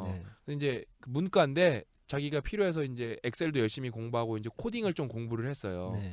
진짜 자기가 처음부터 다 혼자 공부한 거예요. 얼마나 열심히 공부했냐면은 진짜 엉덩이에 종기가 날 정도로 공부를 많이 했어요. 근데도 취업이 녹록해 안 된단 말이에요. 근데 이제 제가 들어보니까 이제 부족한 점도 많아요. 그렇게 열심히 했으면은 뭐 이제 기회가 올 거다. 그러니까 꾸준히 더 열심히 해서 제가 격려를 해줬죠. 걔는 너무 열심히 해서 격려를 많이 해줬어요. 근데 그 친구가 도전을 열심히 해서 그러면 바로 취업을 했냐? 안 된단 말이에요. AS 모임이 또 나왔어요. 이제 너무 이제 그 무기력도 심해지고 무기력감도 결과가 안 나오니까 한 6개월 있다가 제가 또 격려도 해주고 또 혼도 내줬어요. 네가 얼마나 해봤다고 벌써 6개월 했다고 무기력감에 빠지냐고. 그러면서 너는 자질이 있기 때문에 열심히 하면 된다고. 결국 그 친구 골라서 취업했어요. 골라서. 그러니까 한 군데 취업한 게 아니라 가고 싶은 회사에 취업했어요. 그냥 제가 그 친구를 서점에서도 아주 자주 만났어요. 근데 그 친구가 한 번도 이제 면접도 못 가다가 면접을 한번 봤다고 얘기를 하더라고요. 이제 벌써 신호가 오잖아요. 예? 그러니까 이런 친구가 벌써 또 실력이 있으면 면접이 강하잖아요. 예, 그러니까 그렇죠. 실력 있으면 면접까지 가면 무조건 예를 들어서 조금 선입관 때문에 통과 못한다 하더라도 근데 결국에는 진짜 벌써 이렇게 취업을 한 친구가 10명도 넘어요. 뭐 이제 좋은 학교 진학까지 따졌을 때 20명도 넘고 그러니까 된단 말이에요. 거의 포기했었던 친구들인데 조금만 다독여주면서 약간 변태적이죠. 다독여주면서 혼내니까. 근데 두 개를 동시에 하면은 된단 말이에요. 저는 그런 친구들이 많이 늘어나길 바라서 좀 세게 하는 건데 이제 그거를 이제 오해하시는 분들도 있죠. 근데 뭐 전혀 뭐 저는 듣지도 않습니다. 뭐 저랑 상관없는 분들이기 때문에 예. 그러니까 그래서 인생 공부에서도 좀 되게 세게 말하는 경우가 제가 그러니까 많은데 정리를 하면은 못 봤기 때문에 못 봤기 때문에 그게 뭔지 잘 모르기 때문에 선뜻 받아들이기가 쉽지가 않고 그렇죠. 그런 것 같습니다. 예. 이제 이 책이 여러 가지가 또 좋은 점이 있는데 대신 이제 중간에 넘어가면 그 MBTI 나옵니다. 제가 얘기했죠? MBTI는 검사 재검사를 했을 때 그 일치율이 낮습니다. 다시 탈락. 말해서 MBTI 탈락. 처음에 신뢰성이 약하다. 뭐 ENTJ 나와도 다음에 ENTJ 안 나온 경우가 많아요. 근데 여러분 저는요 MBTI를 5번을 했어요. 5번 다 ENTJ 나왔어요. 저는 이제 검사 재검사율이 100%에 육박하거든요. 그럼에도 불구하고 말씀드리는 거예요. 통계적으로는 검사 재검사 그게 안 되고요. 이거는 완벽하게 기질을 얘기해 주지 않습니다. 그러니까 그냥 MBTI로 모든 걸 다 하려고 이제 여기 책에 MBTI로 좀 기질을 알아라 하는데 그걸로 자기를 고정하면 안 됩니다. 상황 따라 여건 따라 항상 다 바뀔 수 있기 때문에 인간이라는 게 얼마나 복잡한 동물인데 제가 ENTJ면 E가 외향적이라는 얘기거든요. 제가 콰이어트라는 책 그게 이제 되게 유명한 책인데 거기서 이제 내향성 테스트가 있어요. 20개 중에 17개예요. 고 작가님은 외향적인 사람은 아니에요. 그러니까 저는 때로는 외향적이고 때로는 내향적이고 뭐 그건 뭐 왔다 갔다 하는 경우가 많고 대신 이제 직업적으로는 조금 오히려 내향 쪽으로 가는 경우가 더 많아요. 말씀드렸던 것처럼 그 강연을 하기보다는 그냥 책 쓰는 게 훨씬 낫고 오히려 이렇게 방송이 낫고 방송은 대중적으로 하는 것 같지만 막상 하기에는 신박사님이랑 저랑 대화하는 거잖아요. 그러니까 친구랑만 얘기하는 그러니까 오히려 그게 없는데 오히려 이제 사람들 많이 있으면 조금 이제 어질어질하고 그리고 성격이죠. 그거는 이제 뭐 잘못된 것도 아니고 다른 문제죠. 그리고 새로운 사람 만나기보다는 아는 사람 만나는 게 훨씬 100배, 1000배, 만배 훨씬 좋고. 저는 이제 정반대죠. 이제 그러니까 모르는 사람 만나면 파이팅이 솟고 이 친구를 좀 내가 정신계 좀 시켜줘야겠는데 그렇죠. 그런 생각이 들고 저는 이제 그분은 대면하지 않고 뭐 글이나 뭐 이런 식으로 만나는 걸 되게 좋아하고 그러니까 이제 신박사님과 저랑 크로스죠. 뭐 안진뱅이의 장님이라고 저희가 맨날 하는데 항상 힘을 합쳐서 잘 살고 있죠. 예, 맞습니다. 근데 이제 또 고용에 관한 어떤 이제 원칙을 말씀해 주시는데 이게 되게 좀 이거는 의미 깊은 부분이라서 이제 5개인가 6개 짚어주시는데 회사가 당신에게 요구하는 건 가치이다. 이거는 진짜 이게 좀 말이 아직 되게 제네럴하지만 일반적인 하지만 되게 좋은 말이에요. 그러니까 이게 이 제목이 고용 부재가 새로운 원칙이 필요하다. 이런 거 잘하세요. 진짜 이 책을 제가 볼 때 수필가가 되셨으면 더 대단하신 문장가세요, 진짜. 그러니까 여러분 착각이 그거예요. 막 여러분이 알고 있는 샐러리맨의 이미지는 맨날 막 야근하고 막 맹목적 충성을 바치고 부품, 부품인데 근데 이제 그렇게 해서 되는 시대가 있었는데 이제는 제가 예전에도 한번 말씀드렸듯이 대다수의 산업에서 그러니까 발전이 거의 다 세츄레이션이 돼가고 있어요. 그건 이제 맹목적 충성으로는 될 일이 아니에요. 그 다음에 옛날에는 맹목적 충성으로 기계처럼 일하면 됐던 게 중국이란 라이벌이 없었을 때는 그게 됐는데 이제는 중국이 우리랑 거의 비슷한 수준의 일을 인건비 3분의 1로 할 수가 있기 때문에 여러분이 이거는 좀 큰 시각으로 봐야 돼요. 더 이상 경쟁이 안 돼요. 그러려면은 우리는 살아남는 방법은 딱 뭐냐? 아까 말한 가이젠 정신, 장인 정신도 좀 필요하고 그 다음에 그 빨리빨리도 해야 돼요. 좀 어렵죠. 그냥 옛날에 우리 엄마 아빠 세대가 뼈빠지게 일해서 벌었으면 이제 우리는 정신적으로 뼈빠지게 할 필요가 있는 거예요. 빨리빨리도 하되 그러면서 완성도도 높아야 되는 거예요. 왜? 중국이라는 데는 아직 근데 이제 중국이 퀄리티까지 요즘에 샤오미 밥통 나온 거 보면 되게 좋단 말이에요. 퀄리티까지 미국에서 공부한 애들이 중국으로 다시 돌아와서 내수출 시장이 너무 크니까 따라 올라오기 때문에 그러니까 솔직히 제가 이제 이 헬조선 하면서 솔직히 대안을 말하는 사람 한 번도 본 적이 없거든요. 제가 하나 대안을 말한 게 있었어요. 식물용 공장이 뭐 다 대체할 수는 없겠지만 상당히 우리나라한테 미래 지향적인 직업이 될 거라고. 왜? 우리나라는 양산에 특화된 나라예요. 식물용 공장은 양산형 공장이거든요. 그래서 그런 양산에 일했던 분들이 다 거기 가서 투입이 될 수가 있어요. 그다음에 식물용 공장의 매력은 뭐냐? 식물용 공장은 농약을 진짜 1g도 안 써요. 여러분이 무농약 하지만 거의 다 대부분 농약을 써요. 왜? 벌레 안 먹은 건 100% 농약 썼다고 보면 돼요. 그렇죠. 네. 그냥 그거랑 똑같아요. 무가당이라 그래서 여러분 설탕을 안 넣었을 것 뿐이지 다른 시럽을 넣어서 달게 하는 거예요. 그러니까 어떤 무슨 자연에서 채취했다고 해도 독성 있는 건 다 독성 있는 거예요. 근데 이 식물용 공장은 벌레가 한 마리도 안 들어갈 수 있게 컨트롤하기 100% 가능하기 때문에 무조건 이게 진짜로 유기농을 만들어낼 수가 있어요. 그다음에 날씨에 상관없이 딸기도 재배를 계속할 수 있고 식물용 공장이죠. 예. 예. 그래서 이게 뭐가 대박이냐? 일본은 영원히 지울 수 없는 약점을 하나 갖고 있어요. 일본은 핵발전소가 터졌잖아요. 그래서 그걸 아직도 봉합을 못했단 말이에요. 네. 그거 계속 나오고 그래서 먹거리에 대한 불신이 일본 사람들도 심해요. 그래서 일본 사람들도 도쿄 쪽으로는 안 갈라 그래요. 위쪽으로는 교토 쪽으로 내려올라 그러지. 그래서 그 약점이 있기 때문에 일본이 우리보다는 신뢰 사이가 훨씬 강해요. 근데 걔네가 우리보다 이제 자기 내부적 문제가 생긴 거죠. 그래서 우리가 안전한 먹거리 일본을 계속 공급할 수 있는 거고 중국의 최대 약점은 초저신뢰 사회라는 거예요. 그래서 중국 사람들 우리나라에 오면은 먹을 걸 아직도 많이 사가고 중국 사람들 우리나라에서 압도적으로 많이 사는 것 중에 하나가 화장품이랑 분유예요, 분유. 왜? 자기 애기네 먹는 거는 불안하다 이거예요. 그렇죠. 근데 우리나라가 저신뢰 사회지만 중국은 초저신뢰 사회라서 우리가 앞선단 말이에요. 우리가 신뢰도가 앞섰기 때문에 우리가 만약에 식물용 공장 양상을 성공하면은 그러니까 소모성이 있는 제품을 만들어낼 수가 있는 거죠. 주기적으로 계속 사야 될 수밖에 없는 이런 게 자리 잡으면은 성공할 수 있거든요. 그러니까 여러분도 이제 앞으로는 그 막연하게 내가 회사에 충성하면 회사가 날 지켜주겠지 그런 생각은 버리셔야 돼요. 그래서 가치를 키워야 되는데 그럼 가치는 뭐냐? 공법밖에 없어요. 예를 들어 여러분이 삼성 반도체에서 일하고 있다가 예를 들어 디스플레이에서 LCD는 지금 많이 쇠락하고 있거든요.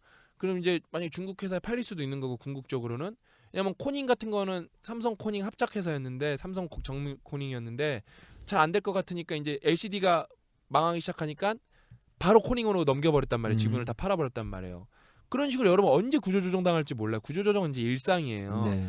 그렇게 했으면 여러분 코닝도 다 양산회사거든요.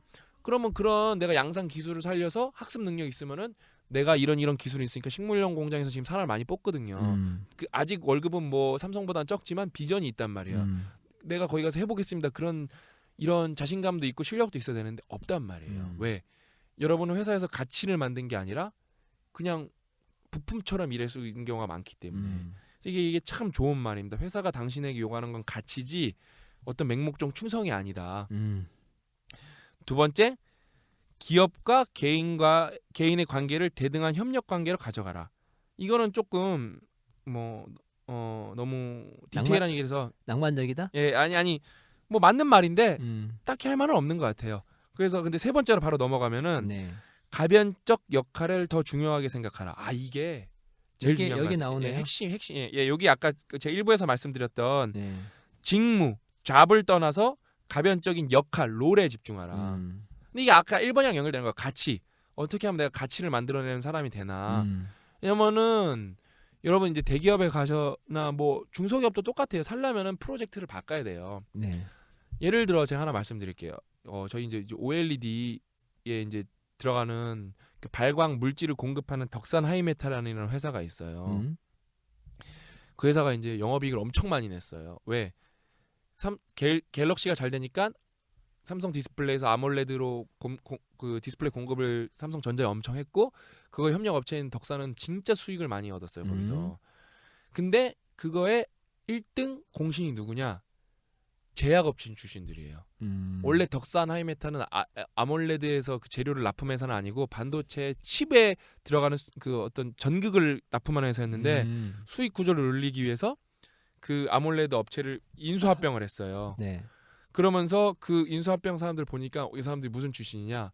왜 제약에서 만드는 프로세스랑 이 유기물을 만드는 이 아몰레드에 들어가는 유기물을 만드는 프로세스랑 거의 비슷해요. 뭐 거의 비슷하다 그래서 완전 똑같진 않지만 최근에 해보니까 해볼만한 거예요. 그래서 바꿔서 제약회사 거기 1등 공신들 상무 전무들은 다 제약회사 출신이에요. 지금 반도체 디스플레이 업체 아직도 제품 납품하고 있지만 그러니까 여러분 그렇게 롤이 중요한 거예요. 롤.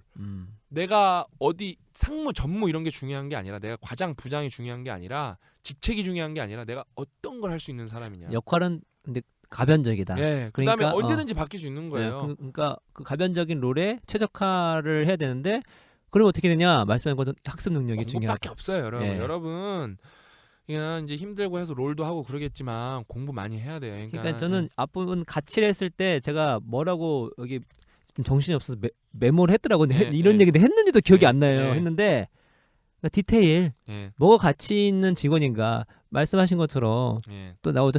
회사 생활은 무엇인가 디테일 있을 때 이 사람은 가치 있는 사람이거든요. 그러니까 내공이 있다 뭘까? 내공이 있는 사람 대부분 디테일이 되게 강한 사람이에요. 그럼 가치 있는 사람이죠. 그러려면 학습 능력이 되게 필요하다. 그러니까 저 인생 공부가 뭐인데요? 여러분과 지식을 쌓고 이제 견문을 넓히기 위해서 외국어를 공부하고 이제 저희 철학이 명확하거든요. 거기서 이제 저희가 지혜 드립은 받지 않거든요. 지식보다 지혜. 제가 항상 말했어요. 항상 그 프로세스란 게 있는데 성장이 누적되면 성공이 되는 거고 지식이 쌓이면 지혜는 자연스럽게 생깁니다. 생뚱맞게 지혜 드립을 하면은 여러분 지혜가 막 대단하다 생각하잖아요. 대단하게 생각하기 때문에 그냥 나오지 않아요. 그러니까, 대단하게 생각하면서 지혜가 짱이라고 하면서 지식 여러분 지혜는 막 나오는 게 아니에요. 그러니까 제가 하나 말씀드리면 그럼 그 지혜 드립 치신 분한테 제가 가끔 물어보는 게 있어요. 그럼 지혜의 정의가 뭐냐고. 거의 몰라요. 저는 지혜의 정의는 지식 플러스 올바른 타이밍이라고 봐요. 또 우리 졸업 선물에. 그러니까 그게 딱 정확하게 될 수 있어야 되거든요. 지식이 적절하게 쓰이면은 그게 지혜가 되는 거거든요. 그게 왜 중요하냐면 그 아이들이 창의적이를 하잖아요. 근데 순수적인 창의적인 게 아닌 거예요. 기발한 거거든요. 왜 창의적이 않냐? 아이들은 우발적으로 창의성이 나오는 거거든요. 어떤 목적성 안에서 창의성이 나오지가 않아요. 그러니까 지혜롭진 않은 거예요. 그렇죠. 왜냐면 지혜라는 것은 정확하게 타이밍과 맞아요. 이거 필요할 때 해야 되거든요. 아이들 창의성 그게 아니라 그냥 쌍둥밖에 나온 거예요. 아이들도 애플 데려다 놔 개발시키면 그렇죠. 막 쏟아져 나야 되는데 한 명도 못 하죠 결국에는. 그러니까 거기서 아이들이 어떤 패턴을 파괴하고 뭐 그런 것들에 대해서 유연하고 배울 수 있겠지만 아이들 그 자체는 매우 창의적이라고 그냥 대놓고 얘기하기 힘들어요. 그렇죠. 그러니까 언어 유희로서 창의적을 얘기한 거지. 우리가 얘기하는 지혜로운 좀 창의적인 발상 같은 경우는 목적성이 뚜렷하거든요. 뚜렷한 목적 안에서 퍼포먼스 나와야 되는 거죠. 그러려면 지식이 필요하고 그 지식을 타이밍과 정확한 목적에 맞게끔 그렇죠. 퍼포먼스를 내야 되는 거기 때문에 그래서 이제 또 네 번째로 넘어가면은 직위는 중요하지 않다. 핵심 기술력을 개발하라. 이건 좀 앞이랑 일맥상통하는 개념인 것 같습니다. 그래서 다섯 번째로 이제 넘어가면은 이거 되게 중요해요. 부서의 경계를 넘어 프로세스를 이해하라.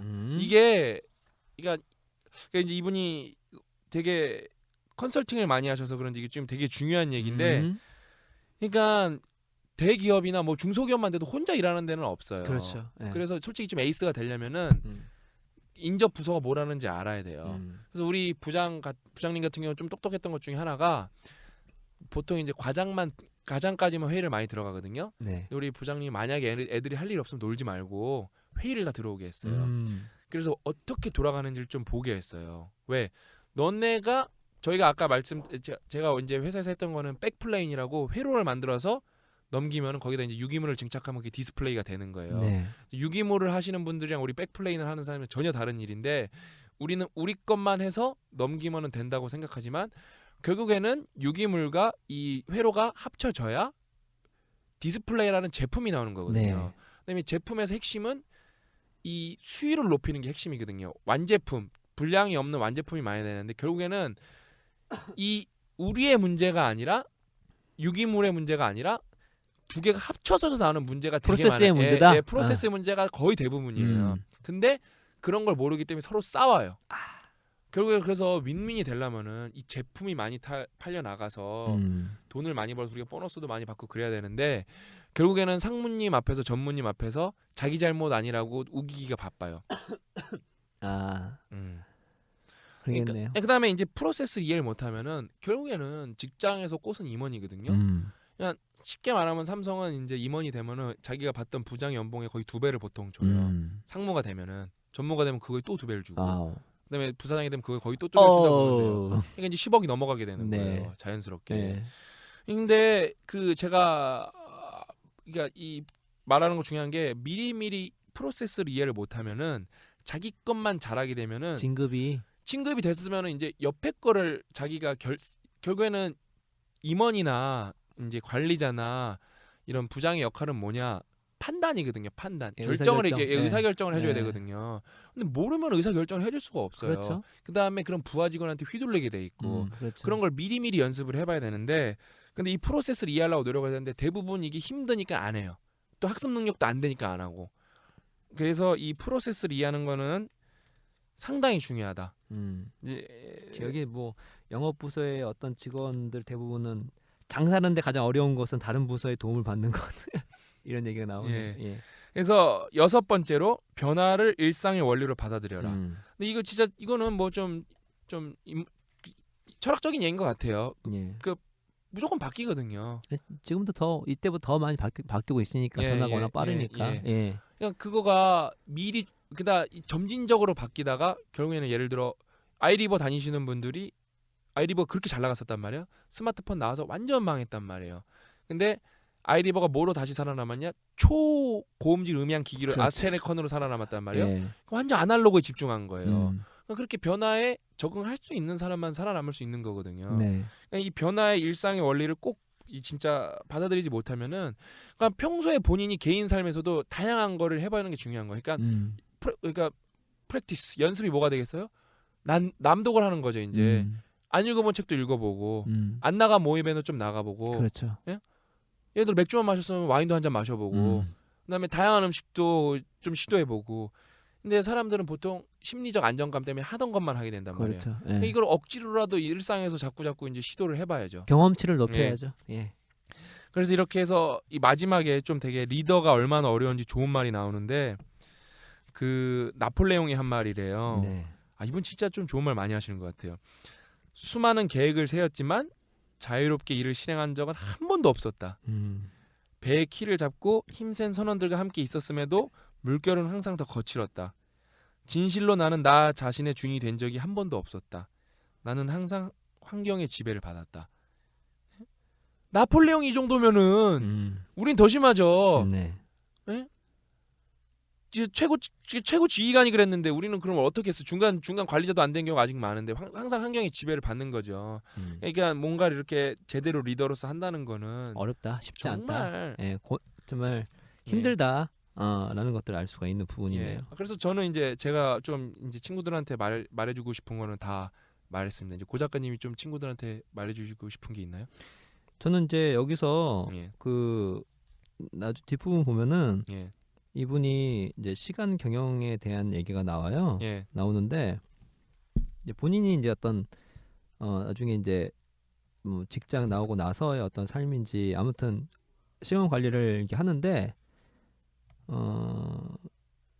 아침 그러니까 꼭 이왕이면 밤 10시에 꼭 자려고 하는데요. 그 저도 감명 깊게 봤어요.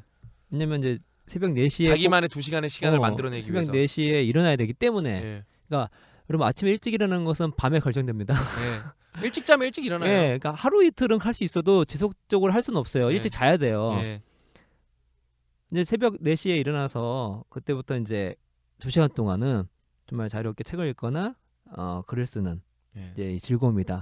딱 보는 순간 떠오른 단어는 이분이 이제 이거예요. 그 전에는 뭐가 있냐면 내 주어진 시간을 활용하는데 첫 번째가 무엇이냐 했을 때 무엇을 할 것인가라는 질문을 던지는 거예요. 그러니까 이제 뭐 그렇게 해가지고 내 욕망과 관계가 있고 뭐 깊은 마음속에 뭐 뜨뜨뜨 이렇게 말씀하시는데 이게 뭐냐면 시간을 쓰면서 어떻게 되냐 우리가 했던 겁니다. 심박사님 하셨던 말씀 우선순위를 정하는 거예요. 그렇죠. 먼저. 우선을 정하고 그거를 어떻게 실행해 나갈 수 있을까 하다가 나온 것 중에 하나가 이게 나온 거예요. 10시에 주무셔서 4시 일어난 거. 그래서 뭘 했어요? 핵심 습관을 만들었죠. 그러니까 처음에 여러분께서 시간을 경영할 때 어떻게 하냐? 우선순위를 정하는 겁니다. 그냥 질문 맨날 받아요. 맨날 네. 뭘 해야 될지 모르겠다고. 여러분, 그러니까 만약에 그럴 수는 없어 솔직히. 예를 들어 여러분이 해야 될 게 세 가지가 있으면은 똑같이 중요할 수가 없어요. 네. 여러분 망설이다가 세 개 다 망칠 바에는 하나라도 성공하는 게 진짜 남는 거거든요. 매우 중요하죠. 그러면 그렇게 우기는 분이 끝까지 있어요. 저는 진짜 세 개 다 똑같이 중요하다고. 자, 제가 말씀드렸죠. 우선순위 다음에 제가 뭐라 그랬죠? 핵심 습관이에요. 자, 여러분 핵심 습관 우리 저번 편 보시면 뭐죠? 네. 예, 청소. 킹핀이에요. 킹핀. 습관 하나가 하나에 멈추지 않습니다. 맞아요. 하나 제대로 성공하면요, 2개, 3개, 10개까지 쓰러질 수 있는 연쇄작용이 일어날 수 있는 거예요. 지금 이 작가님은 그걸 하신 거예요. 이게 10시에 잔다는 그 결심과 그거를 습관을 만들었던 것이 단순한 것이 아닙니다. 이분의 어떤 시간 경영에 있어 그 규모 있는 삶을 살고 자신이 원하는 것들이 이루어 나갈 뿐만 아니라 그 안에 즐거움도 있거든요. 왜냐면 이분은 자기가 글도 쓰고 싶다는 얘기를 계속 하고 있고 책 읽고 글 쓰는 걸 되게 즐거워했으니까 그거를 이 시간에 한 겁니다. 반대로 얘기해서 이 시간대 운동을 했다고 생각해 보십시오. 평소에 운동 못 하는데 저도 이제 조금 했지만 아직 습관이 안 들었습니다. 한다고 말씀드렸었는데 아무튼 제가 정말로 운동을 하고 싶다. 이 시간대 일찍 일어나서 운동하면은 그거 하나만으로도 몸 건강뿐만 아니라 삶이 변화할 수 있는 핵심 습관 여러 가지 부가 효과들이 있거든요. 이렇게 이제 과정을 보면서 우리가 그때 말씀드렸던 그런 프로세스 그대를 대표하고 있다. 또 이분이 나름대로 이 분야에서는 성공하신 분이잖아요. 왜냐면 이게 어려울 때 직장 나오셔가지고 책 성공하시고 또 변화경영 연구소로 소장님으로서 또 이름도 날리시고 또 돌아가셨는데 그 추모하는 의미에서 저희 그 청취자분께서 추천 책까지 하셨다는 얘기는 대단히 영향이 계시는 그렇죠. 거예요. 그런 어떤 발판이 어디서 나왔는가 이러한 시간 관리에서 나오지 않았나. 그러니까 아마 하늘에서 다 뚝 떨어지는 줄 아는데 여러분 그게 아니에요. 그다음에 저는 솔직히 뭐 아침형 인간 저녁형 인간은 따지지는 않는데 근데 솔직히 그거는 동일하는 게 여러분 만약에 아침이 길면은 좀 하루가 시작하는데 유리한 면이 많긴 많아요. 왜냐면은 여러분 아침에 일어나자마자 막 짜증나고 막 머리도 감았는데 막 마르지도 않고 막 교통체증 싸워야 되고 막 그러는데 만약에 저는 솔직히 삼성에서 통근버스가 있어서 그런 일이 없어서 뭐 당연히 그럴 일이 전혀 없었지만 솔직히 삼성이 좋은 게 뭐냐면은 솔직히 저는 8시 출근이에요. 삼성 9시까지 출근이 아니에요. 8시 출근 5시 퇴근이에요. 그래서 우리가 남들보다 일찍 나가니까 차가 안 막혀요. 그거 되게 좋아요. 쾌적해요. 거기다 저희는 이제 통근버스가 거의 다 있어갖고 통근버스 타면 앉아서 자거나 책 읽고 그냥 가면 끝이에요. 그게 되게 유리해요. 살면서 제가 볼 때. 그러니까 진짜로 굳이 아침이면 2시간까지도 모르겠고 그러니까 여러분 그 보틀렉들 있잖아요. 그 병목 현상이 일어나는 구간들 여러분들 힘들게 하는 구간들 여러분이 30분만 일찍 출근하면은 그 러시아 다 피할 수 있는데 안 하거든요. 30분 일찍 출근해서 회사에서 책 읽으면 아침에 출근도 안 해서 책 읽으면 좋아요. 그다음에 여러분이 책 읽는 예를 들어 업무도 좀 미리 준비할 수도 있는 거고 회사에서 뭐 인터넷 나가서 보고 싶으면 인터넷 봐도 되는 거고 근데 만약에 회사에서 딱 책 읽고 있는데 거기다 대고 너 이 자식 누가 회사에서 책 읽으래 그럴 사람 있을 것 같아. 아니에요. 얘 책 읽네? 그렇죠. 아주 좋은 이미지로 각인된단 말이에요. 네, 그렇죠. 그다음에 그날 아침에 회사에서 읽은 책도 사람들한테 해줄 얘기도 많고. 그럼요. 왜냐면은 회사에서 하는 얘기 다 시시콜콜한 야구 얘기랑 뭐 연예인 얘기밖에 없거든요. 근데 거기다 대고 이제 오늘 제가 미아이 스탠치의 몰입을 읽었는데 몰입은 어떤 단계이냐면요. 이러면 얼마나 그렇죠. 진짜 있어 보여요, 진짜. 그렇게 하면 사람들한테 윈윈도 되고 선한 영향력도 미치고. 예. 그렇기 때문에 진짜 이게 무조건 저는 뭐 아침형 인간이긴 보다는 아침을 조금 여유롭게 많으면 그건 투자 대비 리턴이 크다. 저도 그렇게 생각합니다. 30분 정도만 일찍 일어나셔서 그래서 저는 맨날 그래요. 건강 떠나서 젊어서 만약에 아침에 너가 먹고 싶은 거 엄청 맛있는 걸 항상 준비해 놓으라 그래요. 예를 들어 전 단 걸 옛날 좀 좋아했을 때는 핫초코 같은 거 아침에 마시면 그거 먹고 싶은 생각에 그것도 먹고 나면 잠이 확 깨거든요. 핫초코 하나 먹으면은 뭐 그런 식으로 너가 좋아하는 거를 꼭 하나 하라고. 그러니까 그거 되게 좋은 포인트인 게요. 저는 아침에 일찍 일어나서 책 읽는 것도 좋아하지만 그냥 이 공복에 커피 마시는 걸 좋아해요. 그냥 제 시간 안에서 저도 그거 떠오르면서 아침 일찍 일어나는 게 되게 많아요. 왜냐면 아침 일어나서 조용할 때 혼자 딱 커피 마시면 그게 되게 좋거든요. 그쵸. 근데 그렇게 해서 시작한 게 이제 아침에 시간이 많이 이제 주어지니까 뭐 할 일을 할 수가 있는 거죠. 맞죠. 그렇게 해서 여러분이 좀 여러분의 시간 관리를 좀 잘하면은 삶도 더 윤택해지고. 그러니까 여러분 작은 게 바뀌어야 큰 게 결국에는 바뀌지. 뭐 자꾸 그러니까 막 저한테 메시지 보내시는 분 중에 뭐 인생 바뀌고 싶다는데 그럼 제가 누누이 그래요. 작은 목표를 세우세요. 작은 목표를 세워서 6개월만 해보세요. 6개월 못하면 3개월만 해보세요. 그 다음에 그 결과 갖고 얘기합시다. 그 결과가 얘기했어야지. 저한테 애원한다고 제가 뭘 해드릴 수는 없어요. 이 책에서도 지금 제 기억으로는 그 위대함은 작은 것에서 시작한다 이게 얘기가 나오는 걸로 알고 있어요. 그러니까 맞습니다. 작은 것부터 시작할 때 그 작은 게 그러면 그 스노우볼 있잖아요. 스노우볼 효과라고. 스노우볼 처음부터 눈덩이 엄청 크게 만드는 거 아니에요. 손 이게 모아가지고 작은 거 하는 거예요. 그거 이제 굴리다 보면은 큰 눈이 되잖아요. 그렇죠. 똑같은 것처럼 처음엔 작은 눈을 만드셔야죠. 작은 눈 만들어서 이제 굴리는 겁니다. 그 여기서 이게 나온 게 관성 얘기 나오면서 관성이라는 것은 그들이 있는 그 상태를 유지하려는 그런 힘이잖아요. 그럼 가만히 있는 것도 관성이지만 계속 굴러가는 거 관성이잖아요. 그러니까 가만히 있는 거는 정체라고 하고 굴러가는 건 변화를 한다면 이 변화도 계속 굴리다 보면 그 자체가 관성이 돼가지고 굴러간다는 거죠. 근데 그 굴러가는 게 그냥 굴러가는 것이 아니라 스노우볼 효과가 나올 수 있는 거죠. 굴리다 보면은 어느 순간 그게 커져 있어가지고 나의 인생을 바꿀 수 있는 상황이 만들어지는 거고 여기 구문영 작가님도 마찬가지로 이런 우선순위와 시간 경영 핵심 습관을 통해서 본인의 어떤 잡이나 자기의 일들을 업그레이드 시킨 거였으니까 그렇게 인식하시면 될 것 같습니다. 그래서 이 2부에 걸쳐서 이제 거함님이 좋은 책을 추천해 주셔갖고 저희가 이 책보다 더 많은 걸 책 읽는 것 이상 얻은 것 같아요. 이렇게 좀 이거를 추가적으로 분석을 해보면서 그 다음에 또 이게 어떻게 보면 조직에 관한 이야기가 메인인데 그걸 좀 더 개인한테 많이 적용해보면서 이제 구모영 작가님도 개인한테도 많이 적용하는 얘기를 얘기했지만 그걸 또 요즘 사례랑 또 다 많은 사례들을 섞어갖고 얘기하면서 저도 한번 좀 저 자신을 되돌아보고 나도 너무 익숙한 거 다음만 같이 산 거 아닌가. 익숙한 거 우리 와이프랑 애기 빼고는 다 결별해야겠다 진짜. 익숙한 결별 생각하니까 이건희 회장이 처자식 빼고 다 바꿔라. 그거랑 똑같네. 이건희 회장님이 들으셨었나 보네요. 제가 많이 말씀드렸죠. 이재용 부회장님. 그러니까 제가 하신 거 적용 많이 하셔갖고 또 나라에 또 연락 주세요. 연락 주시면 제가 태스크포스 팀으로 들어갈 테니까 또 혼내면 안 되시고요. 제가 조용히 들어갈 테니까 약간 또 강연을 불러주셔도 좋고 하면 제가 열심히 해보겠습니다. 자 이것으로써 구본형 작가님의 구본형 작가님의 익숙한 것과의 결별 이제 했는데요. 또 이렇게 추천해 주시면 또 제가 기회 봐서 또 그 책 놓고 여러분과 한번 이렇게 나누는 식으로 이런 시간을 가져보도록 하도록 하겠습니다. 수고하셨습니다. 수고하셨습니다.